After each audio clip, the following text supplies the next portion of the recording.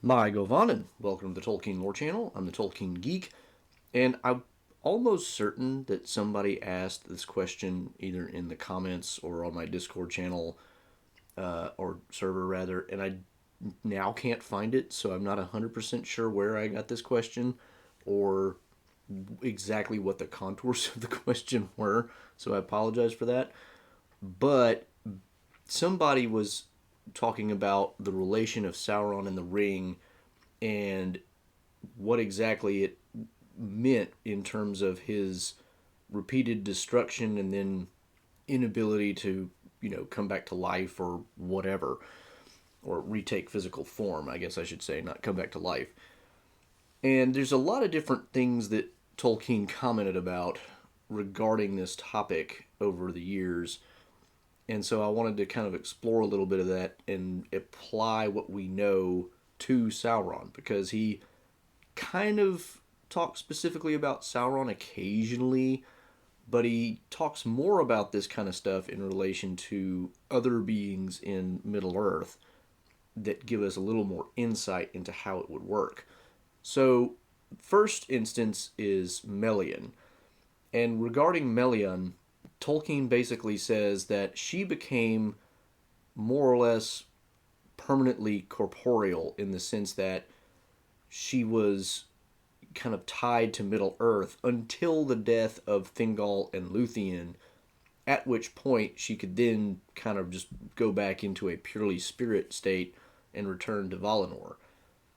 Why exactly that is, he kind of puts down to this idea that the Ainur, Valar and Maiar, basically become more and more tied to a physical form, which normally they can just kind of take on and put off, kind of like clothes. That's kind of how he describes it, is they can take on a form and then just shed it and usually be purely spiritual if they want, but they can appear in physical form to other people in Middle Earth who are by nature physical, and in order to interact with them in a more natural way. But normally that's something that they can just kind of turn on and off in a sense. And if they want, they can just walk around in pure spirit form, essentially invisible to everybody else.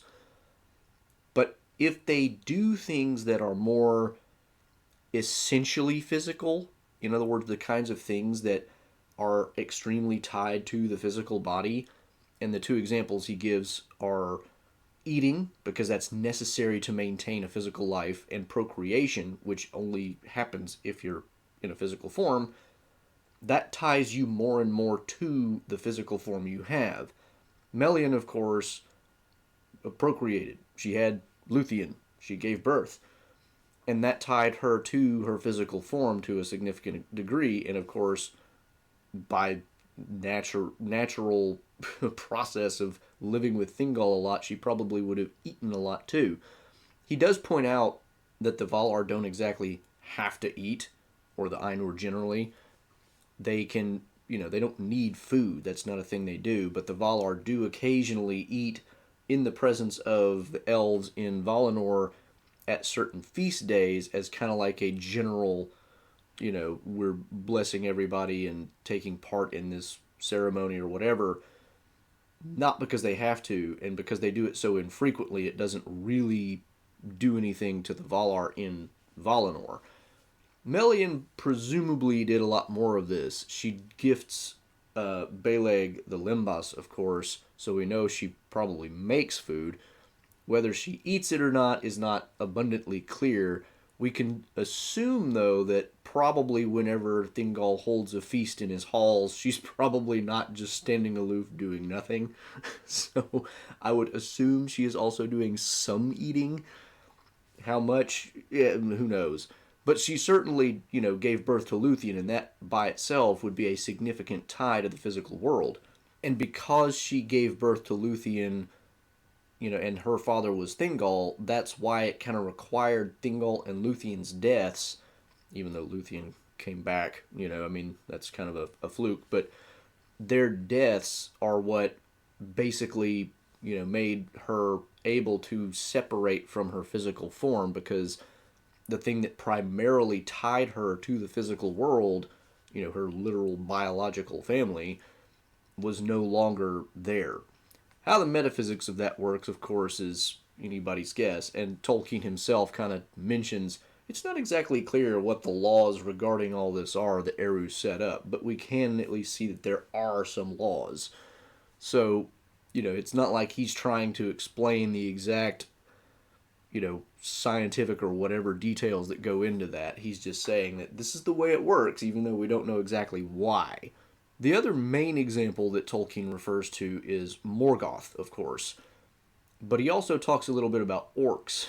And in his theorizing about orcs, he actually talks about one possibility for the origin of orcs being that some of the lesser Maiar might have been early orc captains, and they might also have procreated, which would have tied them to the physical world. Doesn't add a whole lot because we already kind of have that same idea with Melian.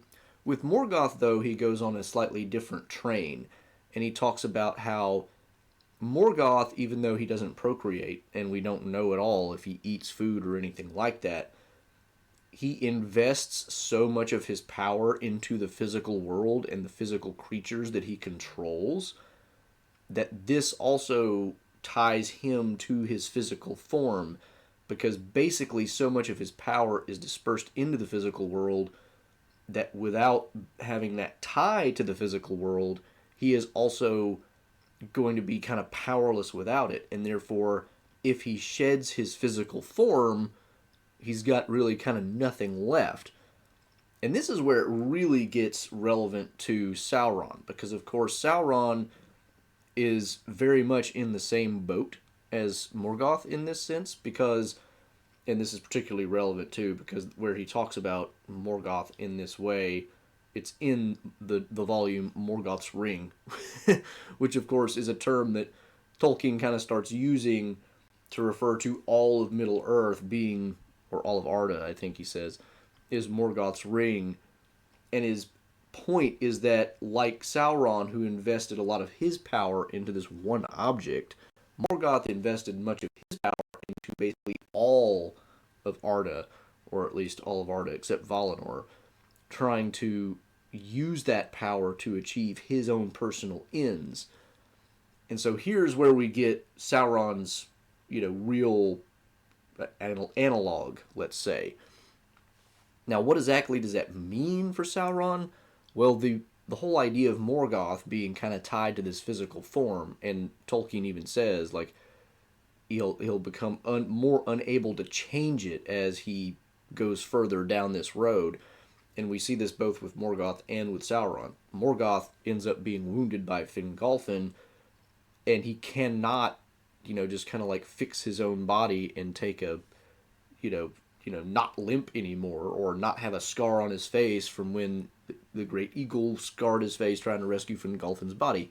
He can't do anything about that anymore because his body is kind of what it is now. It's stuck. It's kind of static.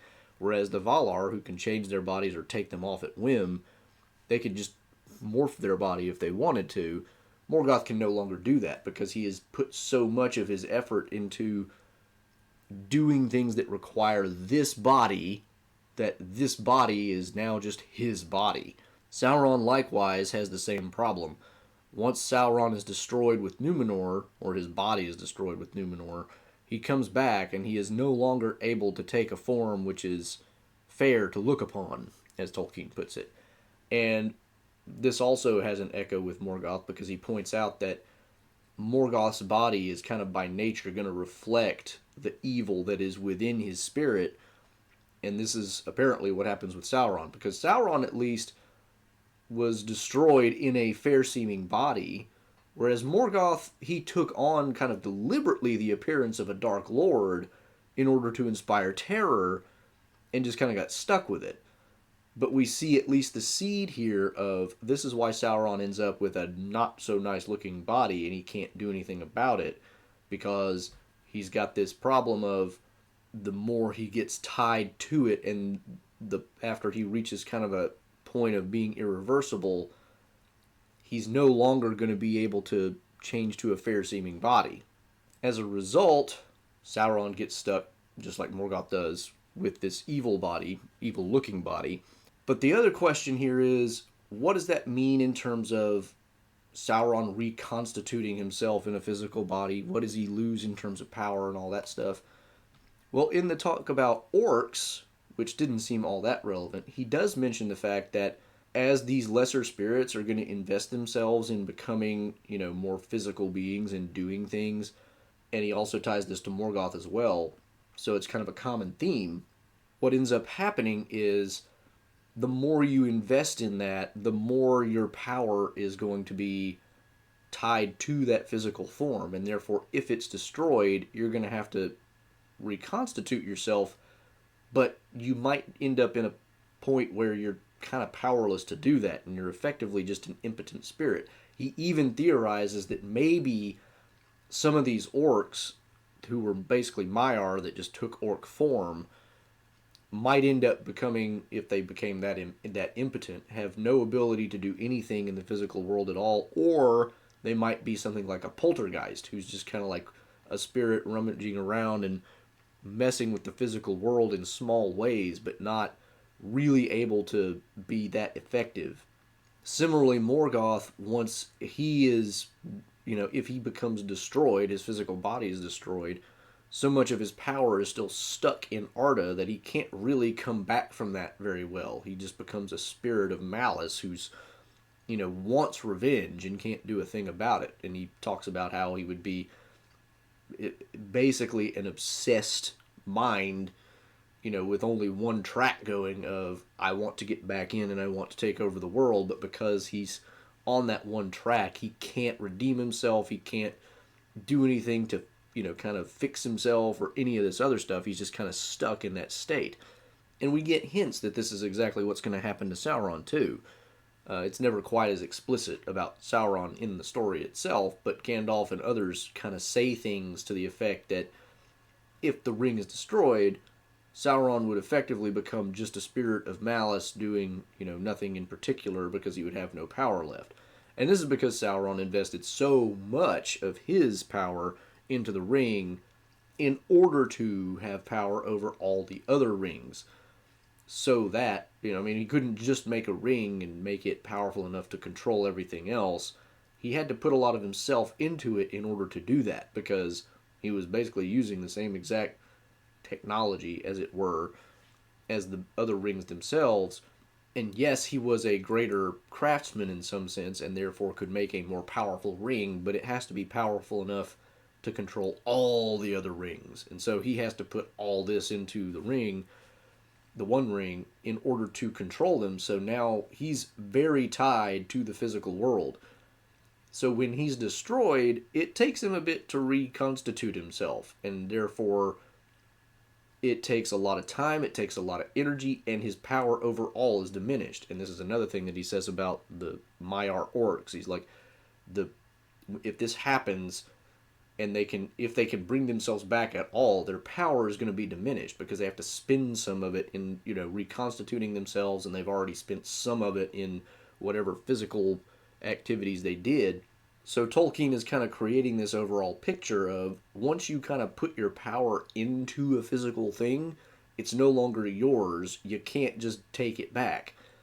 Sauron, of course, still has some of his own innate power, and that's why he is able to bring back himself as a physical being, but it takes him a lot more time the more he gets destroyed and the more he has his power, kind of spent in all these different things. So the first time his body is destroyed, it's not that big a deal, and depending on which versions of the story you get, you have different things that might compete for that category. Tolkien actually has a note somewhere where he talks about Sauron's body being destroyed by Huon, the Hound. And that's kind of odd because the Silmarillion story itself has him surrendering the keys, or the whatever magic that binds, what was Minas Tirith and now is, I forget what it's called now. I don't know why it's slipping my mind, but anyway, where he has all the werewolves and where Huon and Luthien come to rescue Beren, he lets them have control of the tower so that they won't destroy his body. And Christopher makes a note of this. He's like, this might have actually been in Nature of Middle Earth, and it was talking about it was Hostetter maybe that made a note, but it might have been Hostetter making a note about what Christopher said. Anyway, point being, the whole idea there is that Tolkien at least had some idea that Sauron's body might have been destroyed at that point, but that seems to contradict the actual story that was written. So, as usual, Tolkien is constantly changing and revising and rethinking things. So he may have had this idea and just not set it down to paper, or who knows. But certainly his body gets destroyed at a couple other points later down the road. He doesn't get destroyed as part of the War of Wrath. That doesn't happen. Seemingly, he just escapes, after he, surrenders with a lot of other servants of Morgoth. And then he eventually does get destroyed at least twice that we know of. One at the hands of Gil-galad and Elendil, but before that, in the downfall of Numenor. So these two events are kind of the two main things we want to look at. And the first one being the downfall of Numenor, this is where he kind of gets permanently stuck in the body. It's also the first time he's been destroyed since investing all of his power, or not all, but a good chunk, into the ring, which is it's an investment of a lot of his power, but B, it's also an investment for the specific purpose of accomplishing evil ends. So you can see why now, at this point, this is why he can no longer take a fair form. He has invested so much of his energy into an evil physical enterprise that it's kind of like Morgoth. Once he's gone down the path of becoming the Dark Lord and ruling over Middle-earth in a physical way and trying to control things like that, he can no longer change his physical form. Same with Sauron. He is now in that same kind of category. So that's why we end up with that kind of dynamic going on at that point specifically. And it takes him a while to reconstitute himself after the downfall of Numenor, but not an enormously long time. But then when he's destroyed by Gil-galad and Elendil, he gets destroyed, and then it takes him a long time to come back. And what's the difference here? He's separated from his ring, of course. Once he's separated from the ring, he no longer has access to that part of his power that he has invested in the physical world. Whereas before, when he was destroyed with Numenor and comes back to Middle-earth, he takes up again his ring, and so he still has access to that power, even though it's not kind of natively his anymore.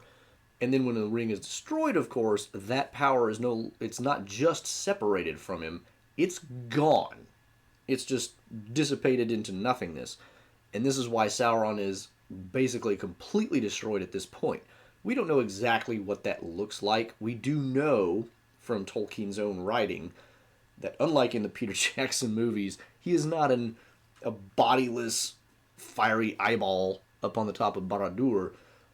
He is in fact in a physical form. Gollum has seen him and he's missing a finger, right? So this is the thing. He's probably destroyed in the fall of Barad-dûr itself, which is caused by the ring because the ring's power was at the foundation of Barad-dûr. So once the ring is destroyed, Barad-dûr collapses, and Sauron's body probably just goes with it. And after that, he's no longer able to reconstitute himself because that much of his power is just no longer in the world. It's like, putting a huge amount of electricity in a thing that can contain it and then just opening it up and letting the electricity escape into the air. It's just gone. There's no bringing that back. So at this point, Sauron is no longer capable of coming back at all. Morgoth, on the other hand, might possibly be because a lot of the power that he spent is just in Middle-earth. It's not gone, even though it is separated from him in a major way. But the point is, Sauron, in his attempts to, rule Middle-earth and do all this stuff, he brings himself to the point of what Morgoth had done, in the sense that he put a lot of his energies into a physical thing, except in his case it was an individual physical thing, which could therefore much more easily be just destroyed and then poof, that power is gone. Whereas Morgoth's is kind of everywhere, and therefore you can't just wipe it out one time and then Morgoth is powerless. So Sauron he gets to come back more easily the more he can tap into the power in the physical world, which in his case is just in this one item, a ring. And therefore it's not a huge deal as long as the ring is still available to him. When it's not available to him, things get a lot harder. His power is diminished because of the destruction of his body, and then he has to come back from that in a diminished capacity, but that power is still in the ring. So if he can get that, he still has a lot that he can work with, and that's why him getting the ring back is so dangerous. It's because he himself is less dangerous without it, because much of his power is there. With it, he is still less powerful than he was before his destruction, but still so much of his power is in the ring that it gives him a huge advantage. And then after the ring is destroyed, of course, it's all gone, and there's nothing he can do about it anymore. He's been diminished now twice since making the ring, and now the power that he'd invested in the ring is just completely gone.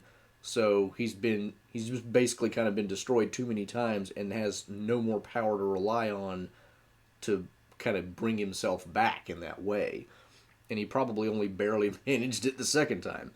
So that's kind of the explanation for why Sauron's, deaths and reincarnations, let's say, work kind of the way they do.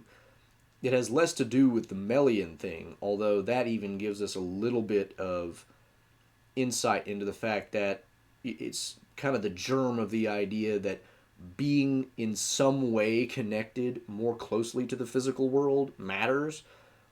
But the hyper-specific version of this is really the Morgoth and Orc thing, where it's about investing a lot of the power you have into the physical world. Whereas Melian's is less about investing your power into it and more about just being in it and doing things that are very, just part of the nature of being a physical being. So, hopefully I answered somebody's question out there. Otherwise, this question just came out of nowhere, and I don't know why I picked it. But it was an interesting thing to think about, and also I have to thank some of my people on my Discord who helped me find some of these references, which I was having a hard time digging up. So thanks to all of you, and hope you enjoyed the video. If you did, make sure you click the like button, share it around. Subscribe if you want to catch all my future content, and follow me on the platform formerly known as Twitter for Tolkien-related trivia questions every week, and check out the description for other support and social links.